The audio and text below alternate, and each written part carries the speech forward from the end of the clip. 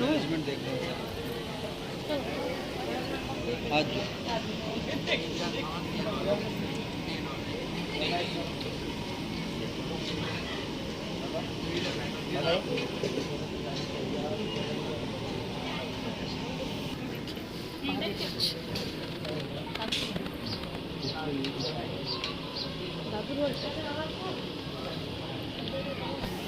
अरे लो दे दो, ये तो हो गया आगे चलो।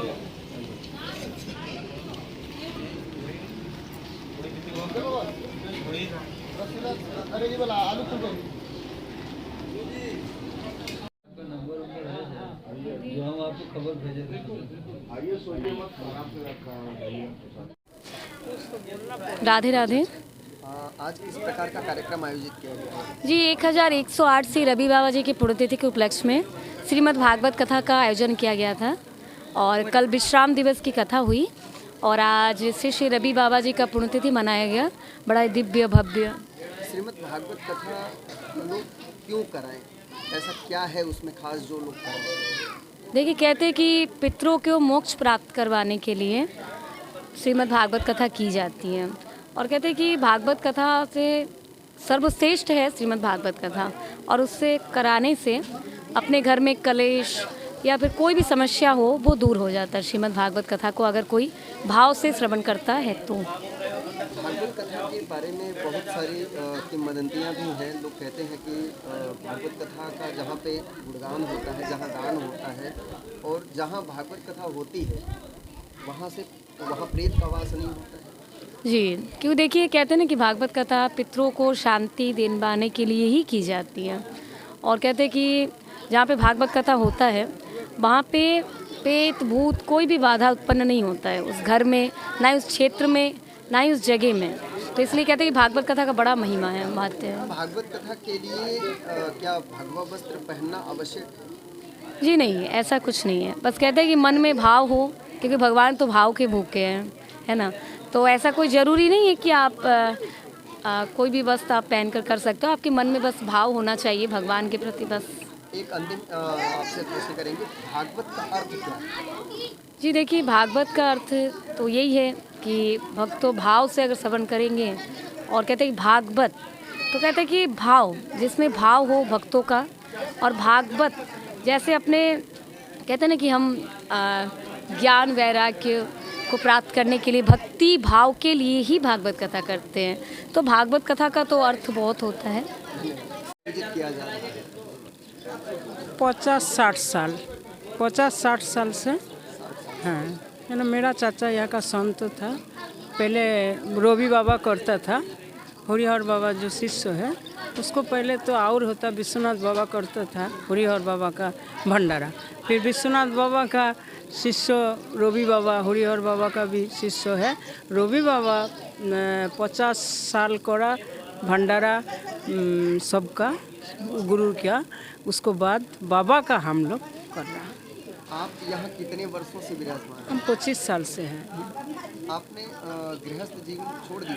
नहीं, गृहस्थ एक दिक गृहस्थ, एक दिक सन्यास, दोनों को हमको बैलेंस करना पड़ता है। क्यों ना, इधर चाचा संत था, चाचा को भी सेवा ज़रूरत है और इधर संसार को भी देखना ज़रूरी है। इसीलिए दोनों में बैलेंस रख के हमको चलना पड़ रहा है। अध्यात्म की ओर जाने का आपका मन कब हुआ? बाबा का सेवा में, जिस समय हम बाबा का चरण में सेवा में लग गया, उसी टाइम से हमारा मन बदल गया। जे नहीं, हम आश्रम का ड्रेस ही पहन के रहेगा आश्रम में। यहाँ आश्रम में कितने बच्चे हैं? यहाँ 10 लोग हैं। 10 लोग। हाँ। पीठ काशी 80।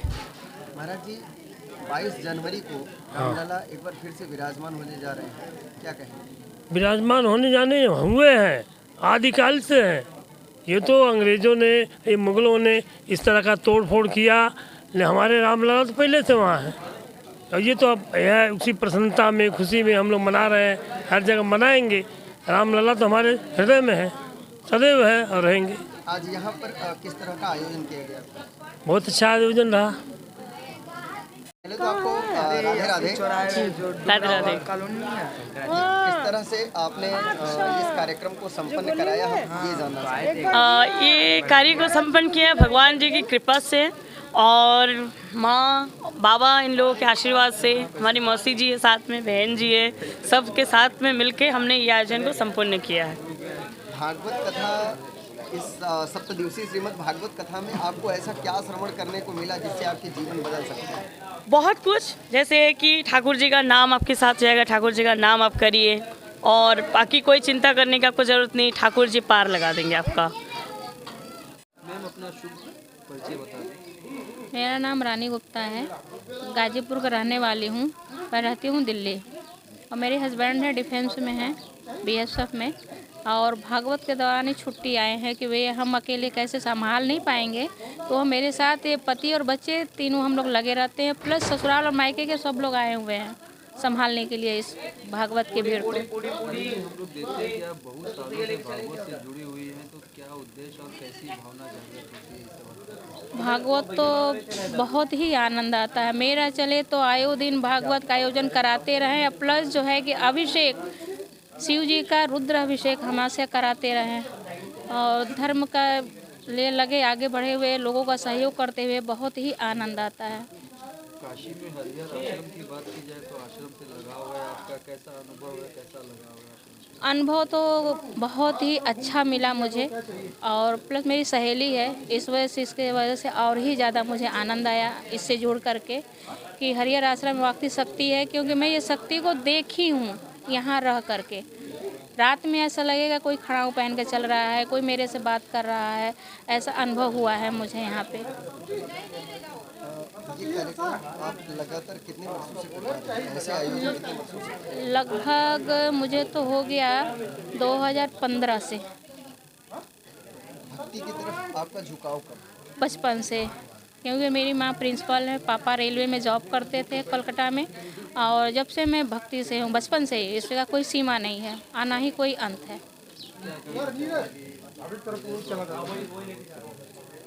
देशवासियों से भागवत कथा के बारे में क्या? कोशिश यही रहेगा कि हर लोग भागवत कराएं।